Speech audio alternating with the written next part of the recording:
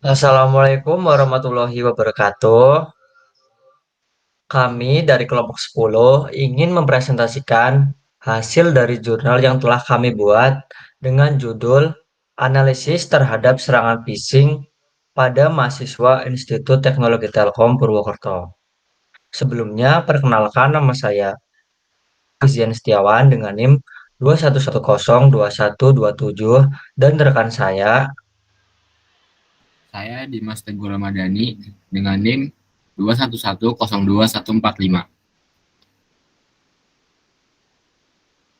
Untuk pokok pembahasan yang akan dibahas, yang pertama itu ada judul, yang kedua ada pendahuluan dan masalah, yang ketiga ada referensi, yang keempat ada hasil pembahasan, dan yang kelima ada kesimpulan dan saran.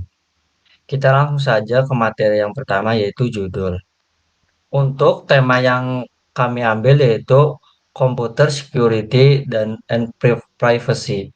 Untuk judulnya, analisis terhadap serangan phishing pada mahasiswa Institut Teknologi Telkom Purwokerto. Untuk pendahuluan yaitu peningkatan teknologi informasi dan komunikasi membuat dunia semakin terkoneksi. Namun, di sisi lain juga membuka peluang bagi para pelaku kejahatan untuk melakukan tindakan yang merugikan pengguna internet. Salah satu metode kejahatan yang cukup sering dilakukan adalah phishing. Serangan phishing merupakan salah satu ancaman yang paling umum bagi keamanan informasi saat ini. Phishing adalah metode yang digunakan oleh penjahat cyber untuk mengelabui pengguna internet untuk memberikan informasi pribadi atau login ke situs web palsu. Untuk masalahnya yaitu, mahasiswa Institut Teknologi Telkom Purwokerto merupakan salah satu sasaran utama serangan phishing. Hal ini dikarenakan mahasiswa sering menggunakan internet dan memiliki informasi pribadi yang berharga. Serangan phishing yang menyasar mahasiswa dapat menyebabkan kerugian finansial dan kerahasiaan informasi yang dapat merugikan baik mahasiswa maupun institusi itu sendiri. Kemudian untuk referensi yang kita ambil, yang pertama dengan jurnal berjudul Phishing sebagai salah satu ancaman cyber. Jurnal ini membahas tentang bagaimana phishing menjadi ancaman serius dalam dunia cyber dan bagaimana hal ini mempengaruhi privasi dan keamanan informasi individu dan bisnis. Untuk referensi yang kedua yaitu dengan jurnal berjudul Penyuluhan Kesadaran akan Bahaya Keylogger dan Phishing Terhadap Pencurian Password bagi Kalangan Remaja SMA Negeri 13 Medan. Jurnal ini membahas tentang kebutuhan untuk meningkatkan kesadaran remaja tentang bahaya keylogger dan phishing dalam mencegah pencurian password. Untuk referensi yang ketiga dengan judul Penyebaran Link Phishing Kuota Kemendikbud terhadap Kesadaran Informasi Pribadi di kalangan mahasiswa Uninus. Jurnal ini membahas tentang bagaimana phishing melalui penyebaran link palsu ke Kemendikbud yang mempengaruhi kesadaran mahasiswa tentang privasi informasi dan pribadi mereka. Untuk referensi yang keempat dengan judul Mencuri Informasi Penting dengan mengambil alih akun Facebook dengan metode phishing. Jurnal ini membahas tentang pelaku phishing dapat mencuri informasi penting melalui pengembalian akun Facebook. Kemudian untuk referensi yang kelima dengan judul Cyber Defense Magazine: The Impact of Usability on Phishing. Jurnal ini membahas tentang bagaimana desain dan kemudahan pengguna teknologi mempengaruhi keberhasilan serangan phishing.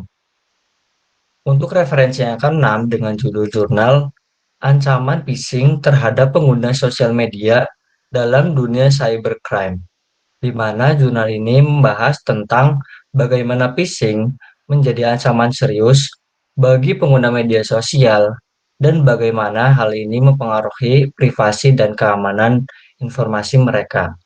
Untuk referensi yang keenam dengan judul Waspada Pencurian Data Lewat Phishing membahas tentang cara-cara phishing, bagaimana data itu bisa dicuri, dan bagaimana cara untuk melindungi diri dari serangan phishing. Untuk referensi yang ke-8 dengan judul Multi-Level Rules for Phishing Classification membahas tentang bagaimana menggunakan aturan multi-level untuk membedakan antara email phishing dan email yang valid, serta membahas efektivitas dari pendekatan dalam mengidentifikasi phishing. Untuk referensi yang ke-9 dengan judul Cybercrime dalam bentuk phishing berdasarkan Undang-Undang Informasi dan Transaksi Elektronik membahas tentang definisi phishing, bagaimana phishing itu terjadi, bagaimana Undang-Undang Informasi dan Transaksi Elektronik melindungi masyarakat dari phishing, dan tindakan hukum yang dapat diambil terhadap pelaku phishing.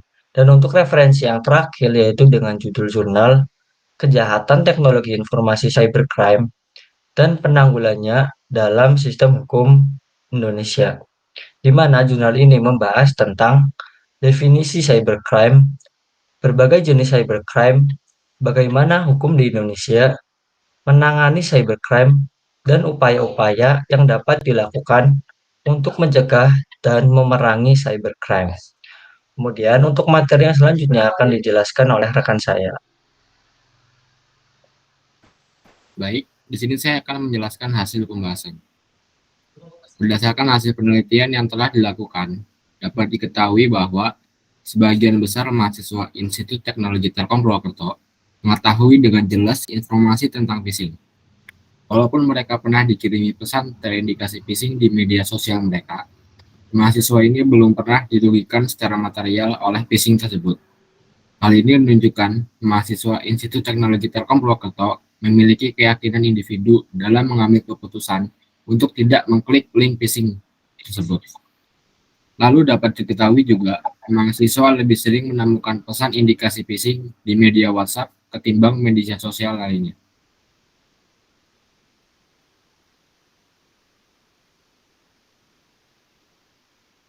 Lalu ada kesimpulan dan saran.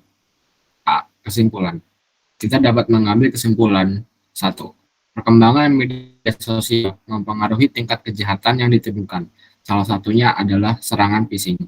Yang kedua, kejahatan phishing lebih marak terjadi di media sosial WhatsApp.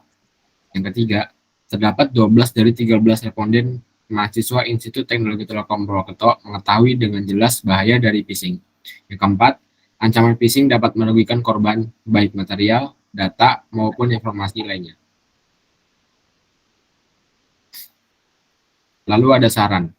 Yang pertama, pihak mahasiswa agar mengetahui perbedaan dari pesan biasa dan pesan yang mengandung unsur phishing.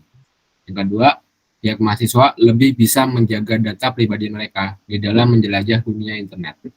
Yang ketiga, dapat memperoleh data lebih efektif dengan menambah jumlah responden, sehingga seluruh mahasiswa Institut Teknologi Telkom Purwokerto dapat diakumulasikan totalnya secara akurat dan dapat diketahui juga media sosial mana yang rentan dengan pesan phishing.